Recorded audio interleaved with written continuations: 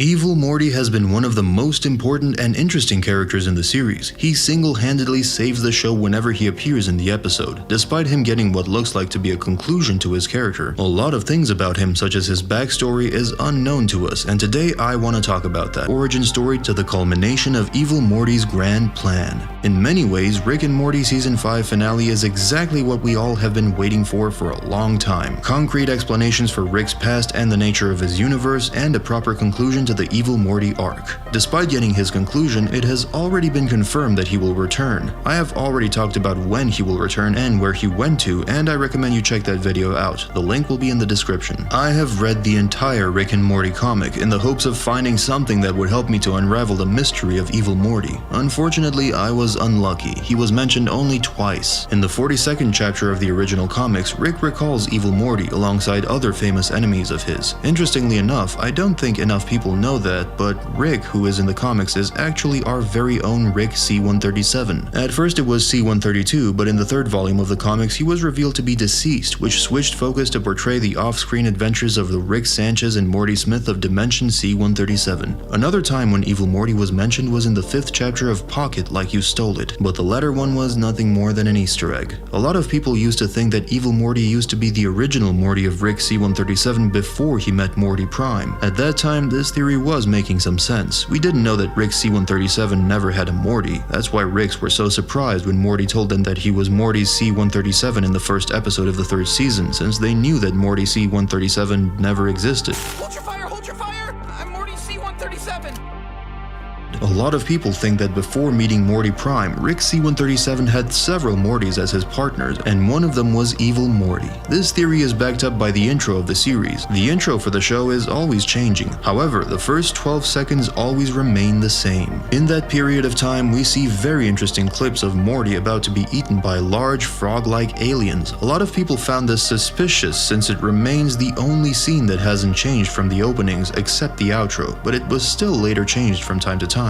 When did this happen? Did Morty survive, and why did Rick allow his grandson to be eaten? A lot of people assume that the Morty that we see in the opening is Evil Morty, who somehow survived the frog-like aliens and decided to take revenge on his grandfather who let him die there. However, this scene is explained very well in the comics. In the 49th chapter of the original Rick and Morty comics, Rick and Morty crashed on some planet which somehow locked Rick in a time loop. However, given Rick's portal gun, he and Morty are able to visit anywhere in the galaxy, and Rick embraces the functional immortality and lack of consequences to learn and do as much as possible, safe in the knowledge that he'll always start that day again. It's on one of these consequence-free days that Rick and Morty seemingly experience the adventure we all see in the show's credits, with Rick escaping through a portal while a fallen Morty is approached by frog-like monsters. The moment is literally a single panel, taking place between days in which Rick tortures Jerry and goes on a bender at blips and chits, but functionally answers every question we have asked about the moment.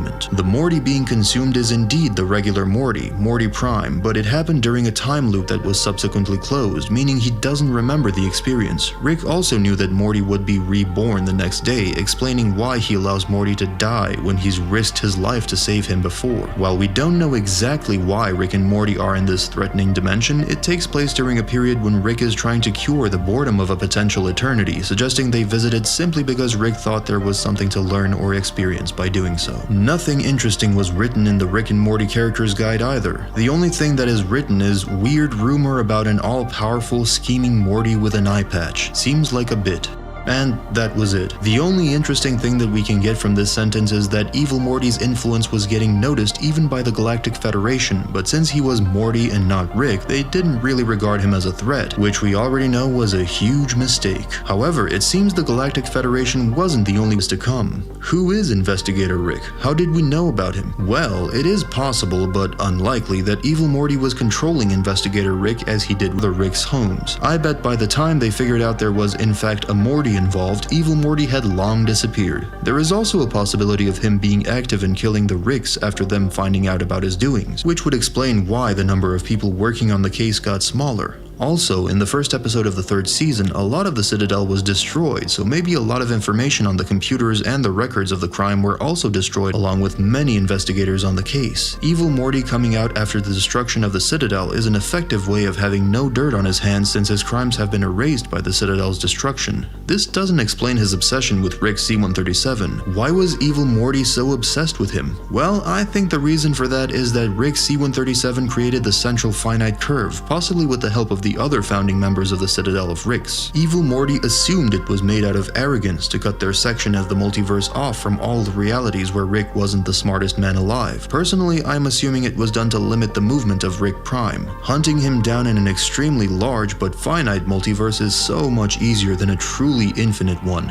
And this is what makes me think that Rick Prime could somehow be responsible for Evil Morty. No, I'm not saying that Evil Morty is Rick Prime's Morty. We already know that our Morty is his true Morty, but I think after realizing that he was trapped inside an infinite curve, he tried to look for a way to escape it without drawing other Rick's attention. He knew if he tried to battle the whole Citadel, he would lose. That's why he started looking for a Morty, a perfect evil Morty who would try his max to break the cycle after hearing the truth. He most likely explained how Ricks created the central finite curve to trap themselves and Mortys into the universe, where they are the smartest ones. He would portray that story in a way that would make our and other Ricks in a bad way, and him in a good way. He and Rick C-137 seem to know a lot about each other, and maybe Rick Prime told Evil Morty all about him and how he is the one responsible for the creation of the central finite curve. After hearing that, Evil Morty started investigating other Ricks, especially Rick C-137, and started making his grand plan. Anyway, I guess this is all for today. His return is already confirmed by the creator, Dan Harmon, but when and how will he return? Well, I think there is a slight, not much, but slight chance that he may reunite with Rick C-137 against Rick Prime, after both of them realize that he is the reason why both of their lives are the way they are. Because when you think about it, that really is the case. Rick C-137's life was directly affected by him since he was the one who killed his family, and after killing his family, Rick C-137 created the Citadel, which made life hell for Evil Morty. After Evil Morty sees how much Rick cares about his family, I feel like he will consider Rick C-137 as an exception and will decide to help him to get eternal peace for himself after dealing with Rick Prime. That would be an amazing moment for both Rick and Evil Morty. Them getting help from each other would be exactly what their characters used to be against. Right now, I can't think of any other reason why they would team up. If you have any other idea on how and why Evil Morty would return in the show, let me know in the comments. What do you think about his past? How did he know the truth about the central finite curve and everything about Rick C-137? Is Rick Prime responsible for that? Let me know in the comments, like this video, and subscribe to the channel for more. Lonnie Brooks out.